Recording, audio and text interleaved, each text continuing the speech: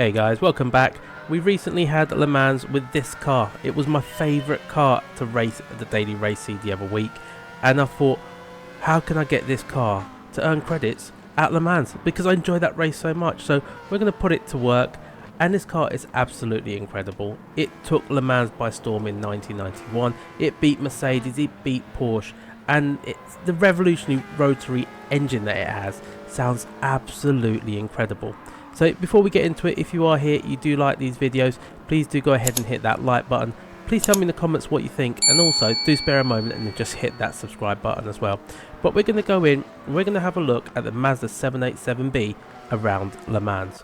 If you haven't got this car yet, you will need to buy it. It is in the Haggerty collection, but at the time of recording it wasn't available, so you're going to need to keep checking to see when this car pops up and grab it while you still can. Once you've got the car, you're going to need to pop into the tuning shop. We need a couple of parts just to make this car work at this track. If you've looked at my video for the Sardegna race, you probably already have these parts, but you need the power restrictor, and then you're going to need to go and get the ballast as well. You will also need to go and get your racing hard tyres. You get this from the racing section, and then you'll also need to pop into the extreme and get the racing intermediates. I haven't put them in the video, but you will need to get them. With that, you need to then pop into the garage, and we're going to need to do our tuning. Pop into car settings, create a new setting sheet if you haven't done so, and you're going to need to then change a few things. You need to make sure that your racing hard tyres are on. Your PP will then drop with your intermediates, but don't worry, you need to base it on the racing hards. Once you've done that, you need to go and make sure that your downforce is at 500 at the front, 1600 at the rear, and then you're going to need to check your output adjustment is at 83. In terms of the ballast, positioning and power restriction, you need 200 kilograms of ballast, -8 on the positioning, and the power restrictor down to 82. You don't need anything other than this. This is what you're going to need. I'm going to pop this into the Discord, so go over there and check it out. And also, I'm going to put a link to the Sardegna race at the end of this video, so you can actually go and watch what I did to get this car working over there as well. Slightly different build, but pretty much the same parts. Once we've done that, we're going to need to go and find the race. Apologies if you guys know how to do this already by now, but for anyone new, pop over into World Circuits into Europe, and we're going to up one to 24 hours Le Mans. It's the World Touring Car 700, and once you're in here, you just need to make sure that nothing is flashing red, and then you're all good to go. In the race itself, you've got a few different things to think about in terms of the fuel. I found that fuel mix 4 is the one that works best for me. That you can use whatever you like. You can use fuel mix 6. I wouldn't recommend it because the car is so good on fuel, you don't need to worry about that. You can use also fuel mix 1 and just go faster. The thing that you got to bear in mind though is the lap time. It's a 30-minute race, so lap time you're going to probably need to average around 4-minute 15 laps. Factor in how many stops you do, but you're going to gain so much time on the AI. It's really just a matter of personal preference. Just check when the rain comes out. Keep an eye on your radar. Also use your mini-map because you want to see where these sketchy AIs are doing. But on the straights, the car is really quick. What you will find is the car won't get into super high revs in 4th gear. That's because we restricted it so much. You can give it a bit of extra juice.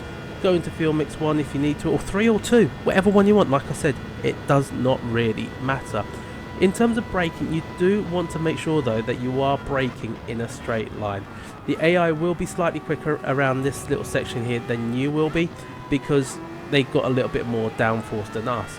But once you start getting into the acceleration zone again, you're going to actually start making a lot of ground on the AI.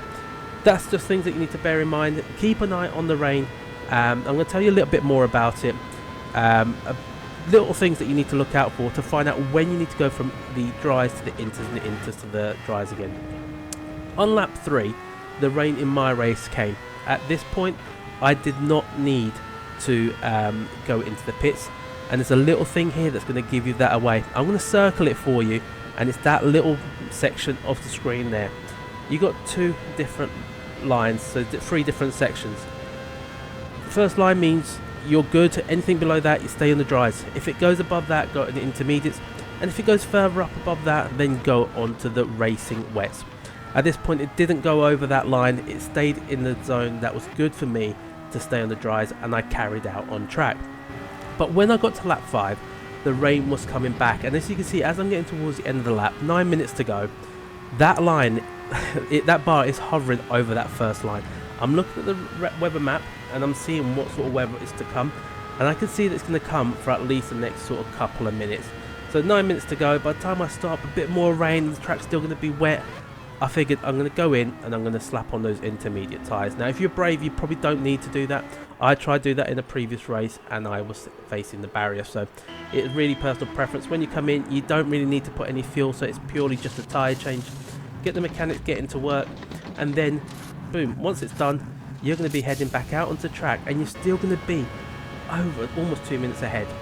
By the end of the race, lap 7, we've got a healthy lead, and I've even gone into fuel mix 1 because you can. I mean, I'm just going to go for fun now and just try and finish the race as quick as I can. But that's just little things that you need to think about. It's just when the rain's going to come, and when to go into the pits. The intermediates do wear a lot more, so you do also need to bear that in mind, that if the track is dry, you don't want to use a lot of the intermediate tyres. They will wear. But if you're going to stay on them, also try and look around different parts of the track. Look for where the wet patches are and try and keep the car on the wet sections just to give you a bit more tyre life. But as you can see here, we're going to get to the end of the race on lap 7, and we're going to cross the line in just about 6 seconds over the 30 minutes. Not massive amounts, it's a pretty good finish time, and we haven't really gone over the 30 minutes by too much. I could have made a couple of less mistakes and we would have been perfect. Again, you see our nice little livery on the suit, 825,000 credits, and we're going to get the clean race bonus. So if you haven't done so, do check out what's on the helmet, the Unrestricted podcast. It's a brilliant episodes that I'm doing with a lot of creators on YouTube that play Gran Turismo, so do go ahead and check those videos out as well. But also go ahead and tell me what you think of the Mazda 787B. What sort of times are you getting at Le Mans? Have you tried it at Sardegna as well? And also there's going to be one other race that I'm going to do at some point where you can also use this very car with one of the 2 setups that I've already done. So just keep tuned, subscribe to the channel so you can be notified when that comes along. Drop the like button, and also remember, just tell me in the comments. Also, just put an emoji. What's your favourite emoji? That's a little game that we're going to play. But before you go, I'm going to link a couple of videos here for you.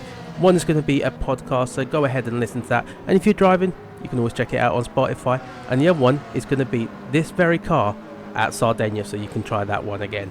So I've been Chunky, hope you've enjoyed the video, and I'll catch you in the next one. See you later. Chunky out.